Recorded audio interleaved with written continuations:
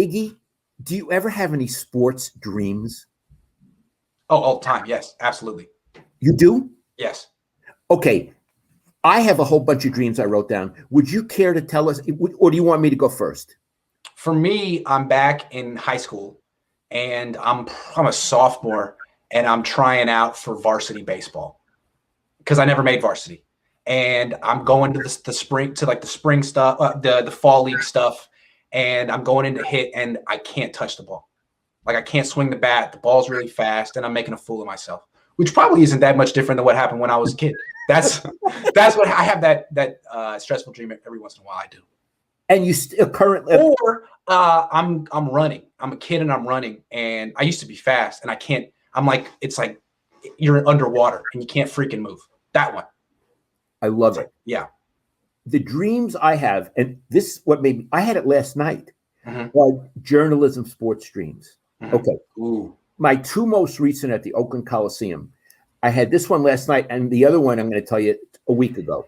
So last night, I'm at the Oakland Coliseum, and I park in a parking garage. Now, they didn't have a parking garage there. It was a big lot, but I'm in a parking garage. Yeah, it's a dream. And I decide, what am I doing here? I'm retired for almost 5 years now. I'm going to leave. I don't want to be here, and I can't find my car. That's terrible. And in my dream, that's like a Kafka thing.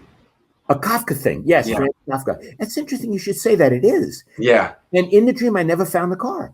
Stuck. I was stuck, and I because I realized I don't do this anymore. Yeah. So I was looking in every part of the parking garage. Some of them were underground. Some of them were in caves. Listen, Iggy, you know what I'm saying? This is a Seinfeld episode too. Sorry. It's in cave, and some of them they were rusted out cars that no one had seen for 40 years. And I never got out of the Oakland Coliseum. Now, a week ago, I had the same thing. I was at the Oakland Coliseum, and I wanted to leave because I'm not a writer anymore. But the Oakland Coliseum was in the woods. And I told my wife, she said, there's no woods around. I said, I know. But in the dream, it was in the woods. And Iggy, I got woods now. I got lost in the woods. Wow. I got lost in the woods. So I had two those dreams. Now, I got to tell you something. I got another one. Hold on. I got one more. So I forgot about this. Not athlete dreams, but sports journalism dreams. I had this one this week, and I have it every couple of months, and I hate it. I'm doing something in a dream, and I'm going along, and then all of a sudden, I look at my phone, and I see, like, it's the second quarter, and the Niners are playing. And I'm like, the Niners have a game today? I'm not covering it? I missed the first half of the game. What am I going to do? I'm going to have to pretend that I saw that. I'm going to pretend that I watched the first quarter, pick it up. That's a dream. The Niners are playing, and I didn't know. It's a nightmare. And plus, if you pretended, people without you, and your career would be over. Yeah, no, it's very serious. It's like the idea that the Niners would play a game and I wouldn't know, and I just missed it somehow is, I guess, a nightmare of mine. I guess you're very motivated to be at the games. Yeah, I guess. Okay. I'm going to give you some. I love that dream, by the way. I love it. Here are some more of my dreams. I gave you about the woods. Now, in the others, this was while I was working. I would have nightmares. I'd go to the press box, and there'd be no seat for me. Oh. Have you had that? No, that's more realistic than you think, though. And I would say to the PR, there's no seat for me. Sorry, there's no seat for you. Or I would go to an away stadium or an away ballpark, and there would be a seat for me, but it would be facing the wrong way. My back. Or if it was facing the right way, there'd be a wall in front of me and I couldn't see the field. That was a Looney Tunes episode where someone would get a ticket at Yankee Stadium and he'd be sitting right behind a pillar. Remember that? Yeah. I had one at the Oakland Coliseum. This is when I was working. And in the dream, they had a little grandstand set up in the parking lot. And I was in the parking lot with my computer, but I wasn't in the stadium and I couldn't see the game. So I had a seat in the parking lot. Jeez, that's tough. That's tough. Have you ever actually sat down at a laptop and attempted to write a column in a dream? No. Have you? No, that would be tough. That would be tough. A lot of times what happens to me in dreams are I'm back in college and I go into a class and I haven't gone to the class all quarter and I'm taking a test and my brain is inventing the test and I'm trying to take the test at the same time. That's a tough one. I had that in college one time, Iggy. I had a dream that I took a math class. By the way, I never took math in college. We took Me neither. Me neither. So it was a math class, and the questions were in Russian. Oh, that's great. So you actually had the Russian alphabet. Your brain could do that. That's Cyrillic alphabet. You saw enough of that in I saw it. I thought, wow. I don't know math and I don't know Russian. I don't think I'm doing well on this. Oh, that was in college. And you still remember that? Oh God.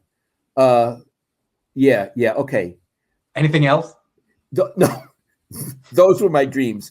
The one last night, being lost underneath the Oakland Coliseum, trying to find my car, was really upsetting. I have to tell you. Oh, yeah, that sounds terrible. How long did you spend in the dream searching? I felt like hours. Like the whole night? That sucks. Yeah, one of those. Yeah. It's terrible. Yeah. I'm sorry. I feel for you. Here's what I suggest. Yes. People watching, if anybody watching can analyze my dreams for me, I'm open, because I don't know what the hell they mean. And the other is, if any of you have sports dreams that you'd like to share with Iggy and me, Iggy, wouldn't you like to hear it? So if you feel like typing in some stuff in the next few days, what do you think, Iggy? I would absolutely please put it in the comment section of this video. We'll read it next week. We'd love to hear your interpretations. We'll do that.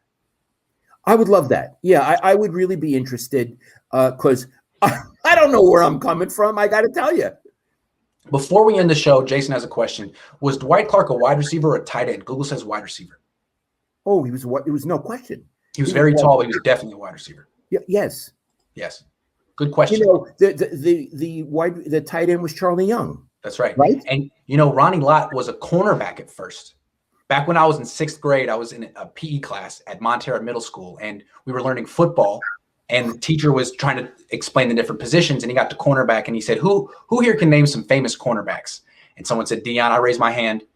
Uh-oh. Did I lose my dad? Is it me? What happened? My dad's gone. You guys still there? Hello? He's back. Iggy? I don't know. You okay? Yeah, I just went blank. That's all right. Okay. What are we talking about? You, Ronnie Lott. Yeah. I said the PE teacher said, "Who can name a famous cornerback?" So everyone said all the famous ones. I raised my hand and said Ronnie Lott, and he said no. Ronnie Lott was a safety, and I was 11, and I was so upset that I went home and told you, and you said, "Well, Ronnie Lott was a cornerback early in his career, and you keep the media guides." So you gave me the 1981 media guide and said, "Why don't you take this to your gym class?" So I went back the next day with the 1981 media guide. I was like, "Excuse me, Mr. Peters, you told me yesterday that I was wrong when I said that Ronnie Lott was a cornerback. Here he is in the 1981 media guide listed as a cornerback." And he looked at it and he was like, "Huh." Gotcha. Remember that. Yeah. So thank you, Dad. Because I didn't live through it, but you told me that he started a corner and went to safety. And then they moved him to safety, right? Yeah, I mean, that's one thing that Jimmy Ward has in common with Ronnie Lott. One of the only safeties who played both cornerback and safety. So good for Jimmy. When they moved him, I used to talk to Bill Walsh a lot.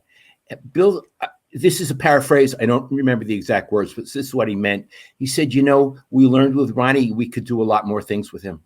Yeah. That's what he said. We could do a lot more things with Ronnie. Interesting. Yeah. It's actually almost a quote. Yeah. Also, I think, if you have a great cornerback, wherever he is, you can go away from him. But if you put a guy at safety, he's always in the middle of the action. Yes. So, and guy could hit like that, probably could work at safety. Dad, I got to end the show. I got to start another show in 10 minutes, but I got to call you. We got to talk. Real quick. Hey, listen, I really enjoyed this today. Everybody, we'll see you next week. Yes, Dad. Thank you. Love you. Oh, I love you. I love you. And we'll see you guys next week.